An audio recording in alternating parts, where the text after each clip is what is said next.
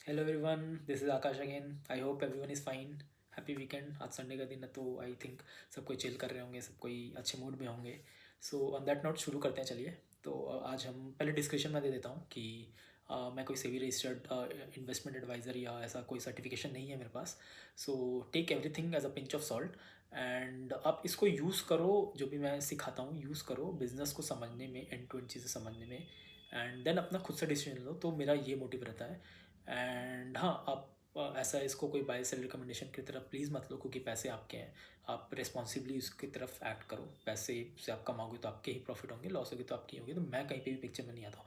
मैं बस पिक्चर में आता हूँ आपको समझाने के लिए कि बिज़नेस कैसे वर्क करती है, मार्केट उसको कैसे आउटलुक देता है, ये बिज़नेस अच्छा है कि नहीं, अट्रैक्टिव है कि नहीं। बाकी चीज़ों को मैं कनेक्ट करवाता हूँ डॉट्स में, ताकि आपको समझ आए एंड टू एंड चीज़ें क्या है। क्या पता इससे अच्छी डील्स हमारे पास अवेलेबल हो, क्या पता इससे ख़राब हो। Peer to peer comparison, valuation, तो एंड टू एंड चीज़ें मैं बताता हूँ ताकि आपको इजीली समझ आ सके कि बिजनेस किस पॉइंट पे स्टैंड कर रहा है और उसका फ्यूचर आउटलुक क्या है। पास्ट में तो देख के ऐसा फ़ायदा नहीं है। सो ये मेरा मोटिव रहता है। So yeah on that note let's start. So आज जो कंपनी है उसका नाम है पेलेट्रो। तो इसके बारे में आज हम लोग डिस्कस करेंगे। अगेन, जैसे मैंने बताया, पहले हम लोग पूरा बिजनेस को समझेंगे कि क्या करती है, किस सेगमेंट को कैटर करती है, कौन इसके क्लाइंट्स हैं, क्या क्या प्रोडक्ट्स हैं इनके। देन इस पे रेवेन्यू पे बात करेंगे, प्रॉफिटेबिलिटी पे बात करेंगे, फ्यूचर आउटलुक जानने की कोशिश करेंगे। एंड सिंस मैंने इसका कॉल भी पढ़ लिया ऑलरेडी, तो कॉल से भी मैं ट्राई करूँगा कुछ कुछ डिस्कशंस लाने का। So that is one thing. And then हम लोग एक वैल्यूशन एक्सरसाइज कर लेंगे एंड देखेंगे डील कैसा लग रहा है। सो चलिए, on that note let's start. So Pelatro, so ये क्या करती है, ये टेलीकॉम कंपनीज़ के लिए, ये बेसिकली एक सॉफ्टवेयर कंपनी है। इनके प्रोडक्ट्स हैं काफ़ी, और इन्होंने रिसेंटली एक्विजिशन भी किया है, उस पर बाद में आएंगे। तो ये टेलीकॉम कंपनीज़ के लिए प्रोडक्ट्स बनाती है, सॉफ्टवेयर बनाती है, जो customer loyalty management, customer management, customer data monetization, ये सब पे वर्क करती है। फॉर एग्जांपल लेट्स से इनका एक प्रोडक्ट जान लेते हैं। एंड जैसे फॉर एग्जांपल हो गया कस्टमर लॉयल्टी मैनेजमेंट। तो क्या होता है कि इनका दो एम रहता है बेसिकली। ये रेवेन्यू बढ़ाना, कस्टमर्स के लिए, अपने टेलीकॉम कस्टमर्स के लिए रेवेन्यू बनाना। टेलीकॉम कस्टमर कहाँ से पैसे कमाती है, रिचार्ज पैक्स बेच के, पोस्ट पेड प्लान्स बेच के, राइट, थोड़े से वैल्यूएटेड प्रोडक्ट्स बेच के। तो ये क्या करती है, लॉयल्टी मेंटेन करने के लिए प्रोडक्ट का कस्टमर लॉयल्टी मैनेजमेंट। तो ये करती है। दूसरा होता है कस्टमर चर्न बचाना इनका। तो कस्टमर चर्न बचाने के लिए, चर्न क्या होता है कि कोई कस्टमर है वो स्विच कर लेता है ना, पोर्टेबिलिटी हो जाती है, एक जियो से एयरटेल चला गया, एयरटेल से वोडाफोन चला गया, ऑल दोस थिंग। सो उसके लिए प्रोडक्ट बनाती है। और फिर उनके पास एक डेटा मोनेटाइजेशन भी प्रोडक्ट है। तो क्या करती है, जैसे फॉर एग्जांपल क्या होता है कि कभी कभी टेलीकॉम कंपनीज भी थर्ड पार्टी कंपनीज, कोई और कंपनीज के संग, लेट से कोई फुटवेयर कंपनी हो गया, लेट से नाइकी हो गया, या कोई और ब्रांड हो गया, उनके संग भी डील करती है। एंड वो क्या करती है, ये अपने कस्टमर्स के डेटा को यूज़ करके उनको भी देती है, ताकि वो अपना कैंपेन चला सके टेलीकॉम कंपनीज के थ्रू, ताकि उनका भी इंगेजमेंट एंड सेल्स बढ़े, राइट। एंड हाँ, तो ये रहता है उनका मोस्टली पेलेट्रो का बिजनेस आइडिया। ये यूज़ करते हैं। एंड ये जो जितने प्रोडक्ट्स बनाते हैं, क्योंकि एक आईटी कंपनी है, राइट, तो ये टेक को काफ़ी अच्छे से लेवरेज करते हैं। एआई यूज़ करते हैं, एमएल यूज़ करते हैं, डेटा एनालिटिक्स यूज़ करते हैं। सो ऐसा कुछ रहता है। एंड ये लोग मोस्टली फर्स्ट पार्टी डेटा पे वर्क करते हैं। For example by first party data I mean telecom का डेटा यूज़ करते हैं। जैसे फॉर एग्जांपल इनके डेटा में क्या क्या जाता है, ट्रांजेक्शन्स डेटा जाते हैं। By transactions I don't really mean कि सिर्फ पैसे वाले ट्रांजेक्शन। तो ट्रांजेक्शन इनको ये लोग कैसे डिफाइन करते हैं, जैसे हमने लेट से कॉल किया, आपने डेटा यूज़ किया, सो एक ट्रांजेक्शन हो गया। मैसेज किया, कोई में भी चीज़ें डाउनलोड की, ठीक है, कोई रोमिंग पैक यूज़ किया, तो ये सब ट्रांजेक्शन्स हो गए, ये सब डेटा पॉइंट्स हो गए। तो ये सब ये लोग यूज़ करते हैं। फॉर एग्जांपल लेट से आप लेके चलो कि आप रिचार्ज कराते हो इंटरनेट का, और 15-20 दिन में आप ख़त्म कर लेते हो, और आप 10 GB का प्लान बनाते थे, लेट से for example, just making it up. और हो सकता है ना कि 10 दिन में आप ख़त्म कर लेते हो या 20 दिन में ख़त्म कर लेते हो, तो नेक्स्ट 10 days आप क्या करोगे, राइट। तो ये सब डेटा पॉइंट्स लेके आप अपने प्रोडक्ट में, प्लेटफॉर्म में डालोगे, और फिर आप टेलीकॉम कंपनी को बताओगे कि ये सब कस्टमर्स हैं, आप जिसको आप नया प्लान बना कर दे सकते हो, या आप इसको सस्ते में दे सकते हो, या इससे आप ज़्यादा पैसे ले सकते हो। सो ये सब डील्स, ये सब प्रोडक्ट्स ये बनाती हैं। तो इनके बेसिकली इनकी जो बेसिकली ये जो पेलेट्रो कंपनी है, इनका एक खुद का डिवीजन है, CVM division, customer value management something कुछ ऐसा नाम है, कस्टमर वैल्यू मैनेजमेंट, ठीक है। तो इसके अंदर 5 प्रोडक्ट आ जाती है, 5 प्रोडक्ट आती है इनकी। तो ये लोग क्या करते हैं, लॉयल्टी मैनेजमेंट में डील करते हैं, कस्टमर डेटा प्लेटफॉर्म पे डील करते हैं, डेटा मोनेटाइजेशन मैंने बता दिया कि थर्ड पार्टी कोई और कंपनी को ये लोग सेल करते हैं। यूनिफाइड कम्युनिकेशन सोल्यूशंस है, तो बेसिकली एक जगह से शायद ये लोग मैसेज करना हो या कुछ करना हो टेलीकॉम्पनीज को, तो ये सब ये कर सकते हैं। तो इनके कुछ अलग अलग प्रोडक्ट्स हैं यहाँ पे। सो ये हो जाता है। इन्होंने रिसेंटली एक और कंपनी है एस्टेल करके, उसको एक्वायर किया था, वो भी टेलीकॉम डिवीजन में ही है। वो उनके भी कुछ 3 प्रोडक्ट्स हैं। तो ये ने अब ये वही देखो ना कि आप ग्रोथ कैसे ला सकते हो कंपनी में, या तो आप एक्वायर करोगे। इनफैक्ट इन्होंने पीपीटी में मेंशन भी किया है, इनके 3 ग्रोथ पिलर्स होते हैं। एक होता है कि न्यू कस्टमर्स लेके आना, ठीक है। एक होता है कि एग्जिस्टिंग कस्टमर्स को और प्रोडक्ट बेचना, इनके जो भी 5 प्रोडक्ट्स हैं आप उनको और बेचो या प्राइसिंग बढ़ा के उधर से आप रेवेन्यू ला सकते हैं। तीसरा है एक्विजिशन, जो इन्होंने किया एस्टेल को लेके। तो ये एस्टेल भी ये टेलीकॉम वाले स्पेस में करीब 3 प्रोडक्ट पे डील करती है। तो ये एक चीज़ है ओवरऑल, तो ये मैंने बता दिया है। एंड हाँ, इन्होंने ये एक और चीज़ बताया है कि ये कोई bespoke सर्विस नहीं देती है। बट यहाँ पे मेरे को जो थोड़ा सा वो लगा, ये कॉल में उन्होंने बताया था, लास्ट कॉल में बताया था, इस कॉल में नहीं बताया था। bespoke सर्विस वो होती है ना, कस्टमाइजेशन होती है बेसिकली। जैसे फॉर एग्जांपल आप टेलर के पास जाते हो तो आप बोलोगे ना कपड़ा मेरे हिसाब से बना दो, ठीक है, तो वो bespoke हो गया। और रेडीमेड हो गया लेट्स से कि जो मार्केट में मिल जाती है, राइट। तो ये लोग क्या करते हैं ना, इनका जो सॉफ्टवेयर बना हुआ है ये kind of one stop solution already बना है, ज़्यादा कस्टमाइजेशन नहीं करती है, ऐसा इन्होंने बोला। बट जब रेवेन्यू का स्प्लिट मैं अभी बताऊंगा जस्ट इसके बाद, तो इन्होंने बताया था कि कभी कभी ये लोग थोड़ा सा कस्टमाइजेशन कर देते हो। आई थिंक होगा तो मे भी थोड़ा सा होगा, इस पर इन्होंने ज़्यादा ऐसा कमेंट नहीं किया।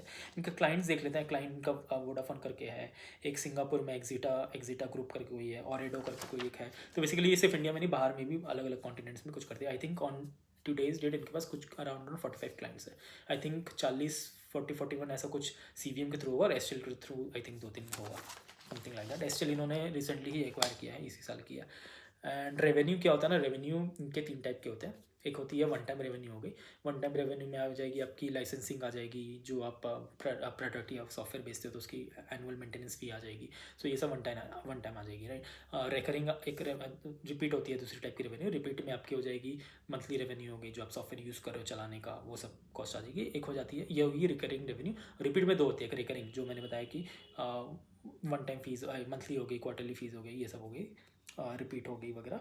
एंड रीऑकरिंग होती है थर्ड वाले। रीऑकरिंग में क्या होती है ना, जब आपके लेट से कुछ कस्टमाइजेशन करानी है। इन्होंने बोला तो था bespoke नहीं करते हैं, बट आई थिंक कुछ एडहॉक हो गई, कस्टमाइजेशन नहीं बोलेंगे, एडहॉक मतलब क्या होता है कि ना कि आपने कुछ एक नया चीज़ करवा दिया या कुछ ऐड करवा दिया, मे बी थोड़ा सा होता होगा स्लाइटली एंड पे, तो यहाँ पर रीऑकरिंग हो जाती है, रेवेन्यू हो जाती है। तो ये सब चीज़ें हैं। बाकी तो हाँ, इन्होंने एक और चीज़ बताया था कि ये अगर आप पूरा जब तक मतलब पूरा अब तक आपने जो भी समझा है मैंने बताया B2B, तो इसमें क्या है ना कि ये मतलब पूरे जो बिज़नेस मैंने बताया ये मोस्टली आपको सुन के ही समझ आ रहा होगा कि ये B2B बिज़नेस है। मतलब टेलीकॉम कंपनी काफ़ी बड़ी है ना, मतलब ऐसा कुछ B2C बिज़नेस नहीं है कि आप इधर बहुत ज़्यादा कैंपेन रन कर सकते हो, या बहुत सारे by campaign I mean advertisement आपने चला दिया या ऐसा कुछ कर दिया। तो B2B में थोड़ी चीज़ें अलग टाइप की होती है। तो उन्होंने बताया था टिपिकल इनका जो भी सेल्स साइकिल होता है वो कुछ 9-10 मंथ चलता है। मतलब आप कोई एक बेचोगे किसी लीडरशिप सेल्स टीम को एंगेज करने के लिए B2B कंपनीज के साथ, तो ऐसा नहीं कि 2 दिन में डील खत्म हो गई कि मैंने ऐड पुश किया और सामान बिक गया,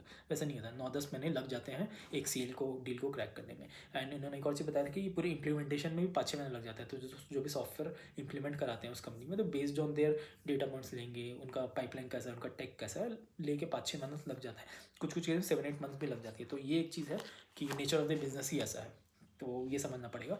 सो अब वही है ना कि B2C वर्सेस B2B बिजनेस में आपको समझना पड़ेगा कि आपको कहाँ मज़ा आ रहा है। तो मतलब ये एक पॉइंट में मुझे थोड़ा सा वो लगा कि सेल्स साइकिल थोड़ी ज़्यादा हो जाती है, तो आपको इधर लेटेंसी ज़्यादा मिलेगी कस्टमर कन्वर्ट होने में। बट एक बार कस्टमर चला गया आपके पास, तो आप ये समझो ना कि वो बार बार प्रोडक्ट चेंज नहीं करेगा। ऐसा नहीं कि दूसरे मंथ या तीसरे मंथ या दूसरे साल चेंज कर लेगा। वो लॉन्ग टर्म रिलेशनशिप बिल्ड करना चाहेगा, क्योंकि इसमें कॉस्ट भी काफ़ी आ जाती है और डेटा वगैरह का चीज़ रहता है, तो ये भी एक हो जाती है। इनफैक्ट इन्होंने ये भी बताया था जो भी डेटा वगैरह रहता है ये कस्टमर्स के ही पास रहता है, मतलब ये अपने पास नहीं रखते हैं, तो उनके इन्वायरमेंट में करते हैं। तो ये मुझे एक चीज़ अच्छी लगी।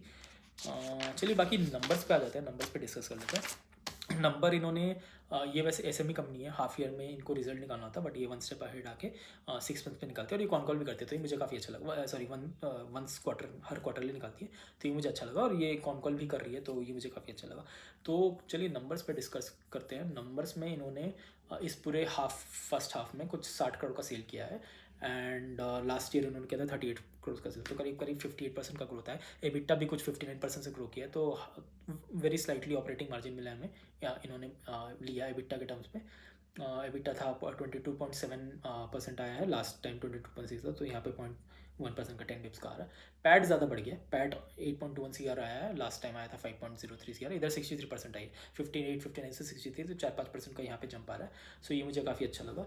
एंड रेवेन्यू वाइज अगर स्प्लिट वाइज ले लेंगे अपना, जो ये मैं बता रहा था क्या बोलता है, रिपीट वर्सेस रेकरिंग वगैरह, तो वन टाइम इनका रिपीट जो है, इनका रेकरिंग रेवेन्यू है 57% है, लास्ट टाइम 67 था।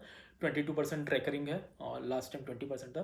21% वन टाइम है और लास्ट टाइम 13 था। तो वन टाइम समझो ना, वन टाइम रेवेन्यू तभी आएगी जब आप नए कस्टमर्स को लेके आ रहे हो, वन एनुअल फी ऐसा कुछ लगवा रहे हो, आप इम्प्लीमेंट कर रहे हो, तो ये वही वाली चीज़ आ जाती है। आप जितने नए कस्टमर लेके आओगे उसी से तो आप ज़्यादा रिकरिंग रेवेन्यू ला पाओगे, राइट। तो मेरे को चाहिए बिजनेस में कि रिकरिंग रेवेन्यू ज़्यादा हो, वन टाइम कम हो। बट वही चिकन एग वाली प्रॉब्लम हो जाती है कि आपको धीरे धीरे आप तो रिकरिंग बढ़ते जाएगा, वन टाइम कम होते जाएगा, बट जैसे जैसे आपको नए कस्टमर्स ऐड करने होंगे तो बीच बीच में एक जंप्स आएंगे जिसमें आपकी वन टाइम रेवेन्यू बढ़ जाएगी। तो last year one time revenue थी इनकी 13%, इस बार 21% आई। तो उससे समझ आ रहा है कि मुझे जितना समझ आ रहा है कि इन्होंने कस्टमर्स क्लाइंट ऐड किए होंगे। एंड अगेन ये एस्टेल ने भी इन्होंने एक्वायर किया, राइट। तो मुझे ऐसा लग रहा है कि एस्टेल से भी जो रेवेन्यू आई थी वो वन टाइम में इस बार चली गई होगी। सो ये एक चीज़ हो जाती है। और बाकी एस्टेल वर्सेस CVM का भी रेवेन्यू देख लेते हैं। तो आई थिंक कुछ 12-13% शायद एस्टेल से आया था, मुझे जहाँ तक आ रहा है। कहीं तो उन्होंने बताया था, बट अभी इधर PPT में दिख नहीं रहा मुझे। बट ठीक है, आई थिंक 10-15% एस्टेल से आया होगा। 6 करोड़ का कहीं से आया था, मुझे याद है। चलो इधर देख ही लेते हैं, मैं एक सेकंड बता ही देता हूँ आपको। हाँ, तो ये जो से इन्होंने इस बार जो 60 करोड़ किया ना, उसमें से 6.9 करोड़ एस्टेल से आया, बाकी आपका CVM से आया, मतलब पेलेट्रो से आया। तो आप वही सोचो कि एस्टेल करीब करीब 10% का वो दे रहा है। इनफैक्ट एबिटा मैंने टोटल बताया था आपको कि 22 पॉइंट समथिंग परसेंट आ रही है, राइट। तो और CVM को मतलब जो पेलेट्रो है उसकी करीब करीब एबिटा देखेंगे तो 23.8 है, एस्टेल का 14.8 है।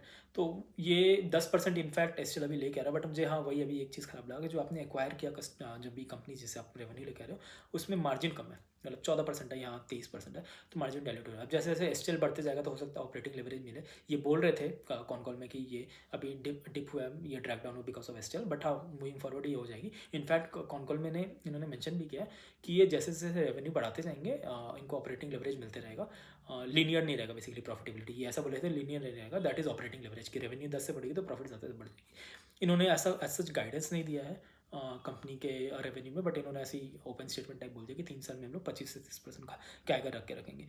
पर कस्टमर रेवेन्यू अभी इनका अराउंड 2.77 CR है, लास्ट ईयर करीब 2.5 CR ऐसा कुछ इस रेंज में था।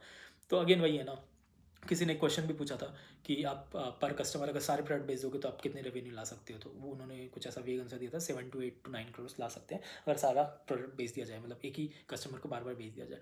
तो वही है ना कि आप इधर जाके प्लेटो कर जाओगे, एक चीज़ है। आपने गाइडेंस भी ऐसा कुछ अच्छा से नहीं दिया कि 25-30% आप बोल लो 3 साल में होगा। काफ़ी लोगों ने काफ़ी बार पूछने की कोशिश किया था, बट वो नंबर्स नहीं बता रहे। तो ये मुझे एक चीज़ लग जाती है कि हाँ ये एक काइंड ऑफ नेगेटिव फैक्टर हो जाता है। Again eight the same time आप बोल रहे हो कि आपकी सेल्स साइकिल 9-10 महीने चलती है, इम्प्लीमेंटेशन 5-6 महीना, तो ये थोड़ा सा मुझे एक लग जाता है कि थोड़ा विजिबिलिटी पॉइंट ऑफ व्यू से वो हो जाता है, क्योंकि B2C चीज़ें नहीं है ना, ये कंजम्पशन वाली चीज़ें नहीं है कि मैं ज़्यादा अपना कॉमन सेंस लगा के मैं समझ सकूँ कि किस डायरेक्शन में चीज़ें जा रही है, किस डायरेक्शन में बिजनेस जा रहा है। क्वार्टरली अपडेट दे रहे हैं, that is a good thing, but ये वाला चीज़ में मुझे थोड़ा सा लगता है कि मुझे और ट्रैक करना पड़ेगा, मैं अभी जाके पैसे नहीं डाल सकता। तो ये मेरा एक कमेंट है बेसिकली। अगेन ये ऐसा आप कमेंट को ऑन फेस वैल्यू मत लीजिए, आप खुद से अपना रिसर्च करिए, देन समझिए कि क्या चीज़ें हैं, राइट। ये एक चीज़ और इनफैक्ट इन्होंने एक दो जगह और बताया कि इनके कुछ इंटरनल टारगेट्स है जो इन्होंने टारगेट नहीं बताया, बोले कि मैं गाइडेंस नहीं दूंगा। गाइडेंस नहीं दे रहे हैं तो मुझे ख़राब लग रहा है यार कि आप गाइडेंस क्यों नहीं दे रहे हो, मतलब आपको लग रहा है कि इनफैक्ट इस बार भी आपने कुछ 60% का ग्रोथ दिखाया, 58% का ग्रोथ दिखाया, तो आप गाइडेंस नहीं दे रहे हो, तो ये मुझे थोड़ा लगता है कि यार आपको अपने पे भरोसा नहीं है, या आपको लग रहा है कि स्लो डाउन आ जाएगी। तो ये एक चीज़ होता है, मार्केट उसको अच्छे से वैल्यू नहीं करता है as per my experience. And हाँ किसी ने मतलब इन्होंने कमेंट किया था कि हम लोग के इंटरनल टारगेट्स अराउंड जो भी है, तो हम लोग ने अराउंड 99% अराउंड 100% जो भी है 95 to 100% हम लोग ने कॉन्ट्रैक्ट कर लिया है इस साल के पूरे रेवेन्यू। बेसिकली लेट्स से इनका अगर रेवेन्यू का टारगेट था इस साल के X क्रोर्स करने हैं, तो 100% कॉन्ट्रैक्ट हो गया, रियलाइज होना बाकी। कॉन्ट्रैक्ट कर लिया मतलब मुझे जितना समझ आ रहा है ऑर्डर्स इनको मिल गए हैं। अब इंप्लीमेंटेशन इन्होंने बताया ना 5-6-7-8 महीने लग जाते हैं, तो वो इंप्लीमेंटेशन और रेवेन्यू रिकॉग्नाइज होने में टाइम लगेगा। इनफैक्ट नेक्स्ट ईयर के भी करीब करीब 59% ये लोग ने कॉन्ट्रैक्ट कर लिए हैं। अगेन नेक्स्ट ईयर तक जो भी है वो टारगेट हो सकता है। तो ये मुझे एक अच्छा चीज़ लग रहा है कि इनका ऑर्डर बुक जो भी एक माइंड इन्होंने बनाया था इतना करेंगे 25-30% के हिसाब से ही बनाया होगा, बट कर दिया इन्होंने 60%, that is a good thing.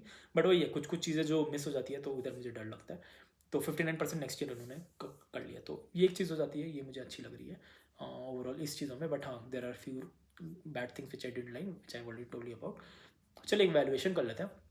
तो वैल्यूएशन से पहले एक और चीज़ बोल देता हूँ। 60 करोड़ तो इन्होंने पूरे H1 में किया था, तो जून क्वार्टर में इन्होंने किया था करीब करीब आई थिंक किया था 26 करोड़ का, 26-27 करोड़ का। इस बार 34 करोड़ का किया, तो दोनों मिला के 60 करोड़ हो जाता है। तो लास्ट क्वार्टर में भी इन्होंने 46% का ग्रोथ दिखाया था, इस बार 69% का ग्रोथ दिखाया।